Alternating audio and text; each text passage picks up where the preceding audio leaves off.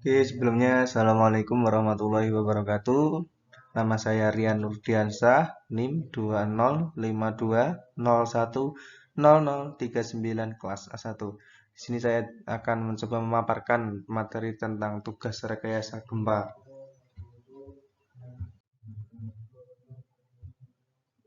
Adapun beberapa pertanyaan.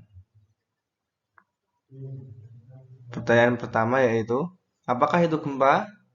2. Apa penyebab gempa bumi? 3. Jenis-jenis gempa bumi.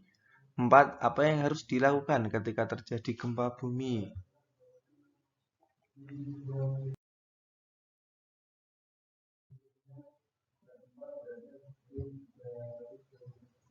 1. Apakah itu gempa bumi? Berikut adalah contoh gambarnya.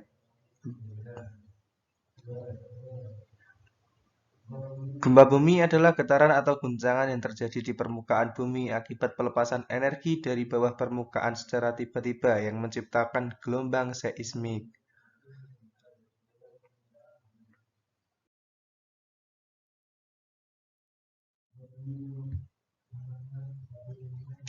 Dua, apa penyebab gempa bumi?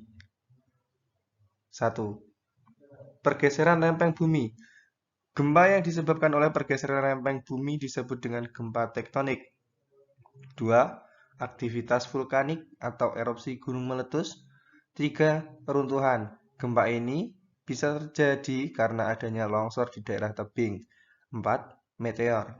Benda langit seperti asteroid yang jatuh ke bumi bisa jadi penyebab gempa bumi. 5. Aktivitas manusia. Salah satu aktivitas yang memicu terjadinya gempa bumi adalah penggunaan bahan peledak seperti dinamit, nuklir, dan bom yang berkekuatan sangat besar.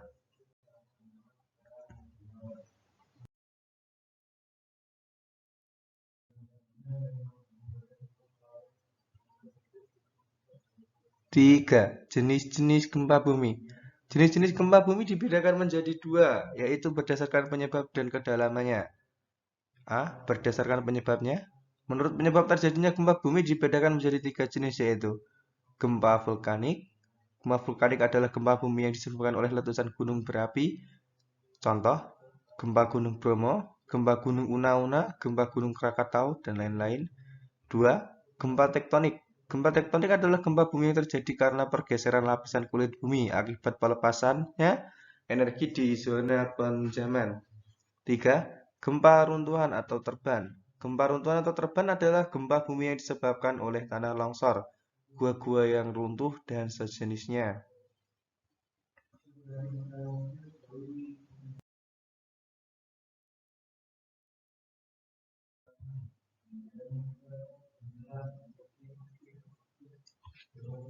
B. Berdasarkan kedalaman.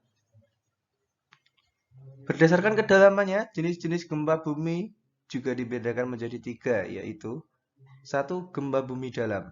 Gempa bumi dalam adalah gempa bumi yang hiposentrumnya dalam kurung pusat gempa berada lebih dari 300 km di bawah permukaan bumi atau di dalam kerak bumi. 2. Gempa bumi menengah.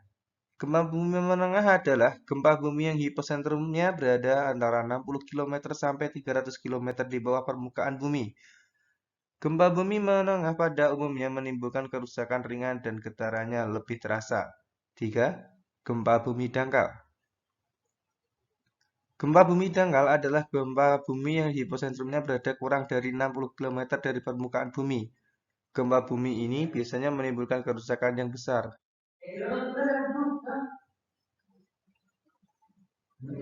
Pertanyaan yang keempat, apa yang harus dilakukan ketika terjadi gempa bumi?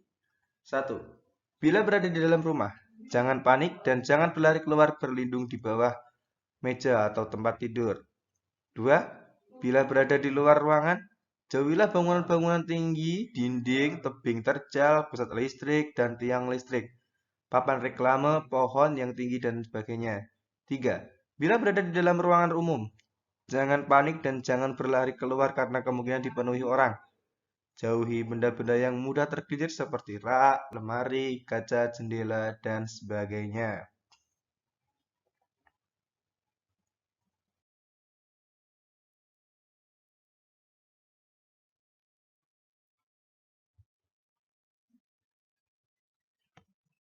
4. Bila sedang mengendarai kendaraan, sebagaimana jika segera hentikanlah di tempat yang terbuka. Jangan berhenti di atas jembatan atau di bawah jembatan layang atau jembatan penyeberangan. 5. Bila sedang berada di pusat perbelanjaan, bioskop, dan lantai dasar mal, jangan menyebabkan kepanikan atau korban dari kepanikan.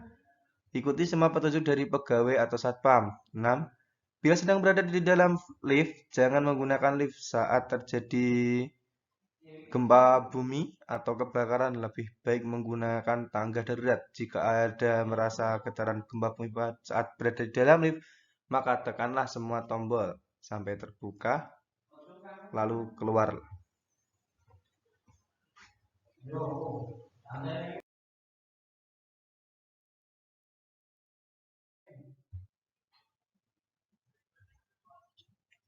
Demikianlah pemaparan tugas dari saya dan saya ucapkan terima kasih. Akhirul kalam. Wassalamualaikum warahmatullahi wabarakatuh.